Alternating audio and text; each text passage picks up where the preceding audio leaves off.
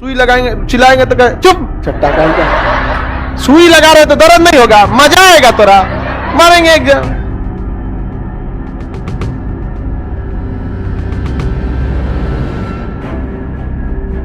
तो राष्ट्रपति तीनों सेनाओं का प्रमुख होता है, इसलिए जब तक राष्ट्रपति आदेश नहीं देगा युद्ध नहीं हो सकता। याद रखियो, कितनों भी करना है, फाइनली डिसीजन युद्ध का कौन देगा? राष्ट्रपति।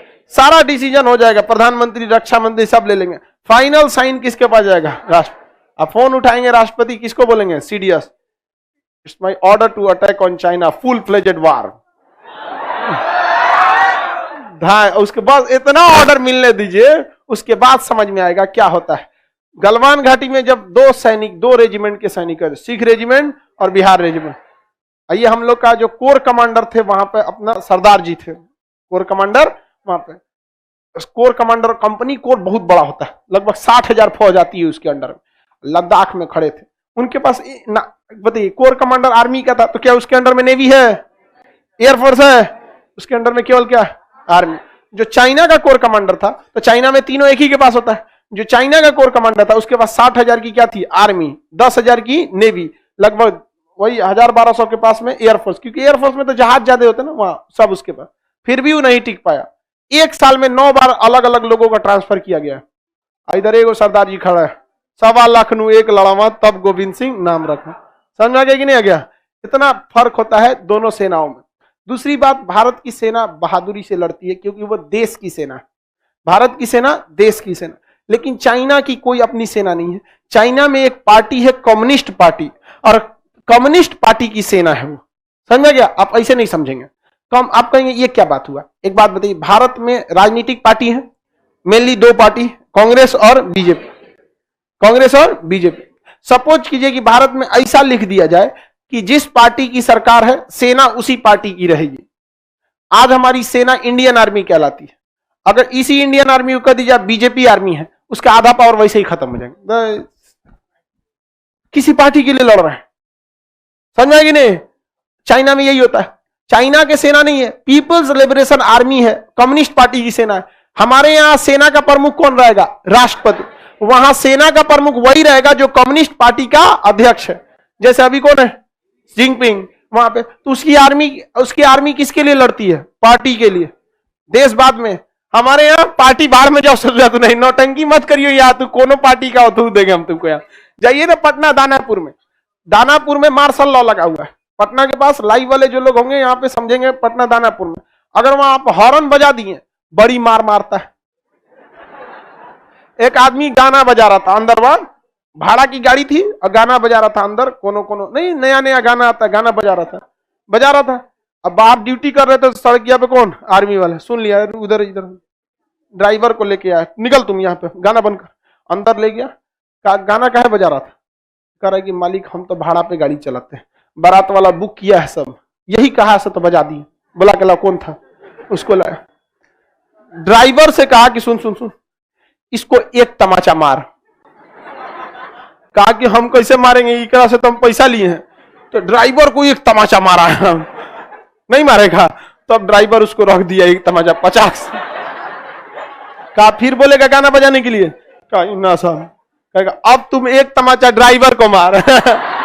एक तमाचा किसको मार पाया? ड्राइवर। और फिर अपने एक तमाचा देके भेजा। कहा तुमको नहीं समझ में आता है, कंटोनमेंट एरिया है, सेना का है, जाओ लोग। इतना होशियार था, पीटबो किया तो अंदर ले आके। गाड़ी में महिला उहिला बैठी थी सब वहां पे, फैमिली वगैरह, तो अपनी फैमिली के आगे किसी को पीट देंगे, बेइज्जती होगा ना।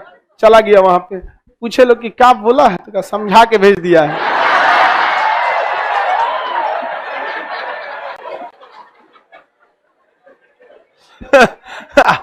हम उस समय, हमारी पहली एक गाड़ी थी वर्ना, कार जो थी ना वर्ना, हम गलती से ना खुदे ड्राइव करके चले गए थे। वो तो किस्मत ठीक ठाक था, हमारा बंद हो गया वहीं पे, गड़िया बंद हो गया वहां पे। तो कि भाई साइड उइड कर। उस समय हम तो मतलब बहुत 3-4 साल पहले की बात है, तो हमको कोई खास नहीं जानते थे, पटने भर के लोग जानते थे। देखिए कि भाई ठीक ठाक नियम है। तो आर्मी का नियम इतना खतरनाक होता है ना कि जो ड्राइवर उस रूट से पिटा गया वो फिर बिहटा होके जाता है, दानापुर होके नहीं जाता है।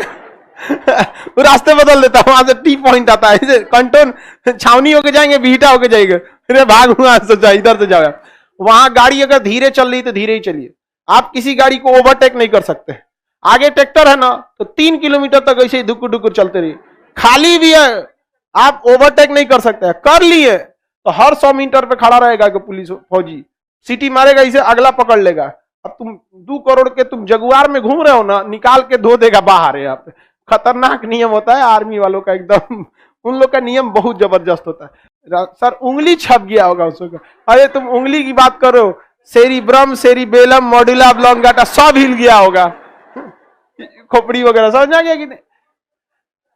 सर दानापुर ऐसा क्या है, दानापुर में सेना रहती है, छावनी है, सेना का एरिया है।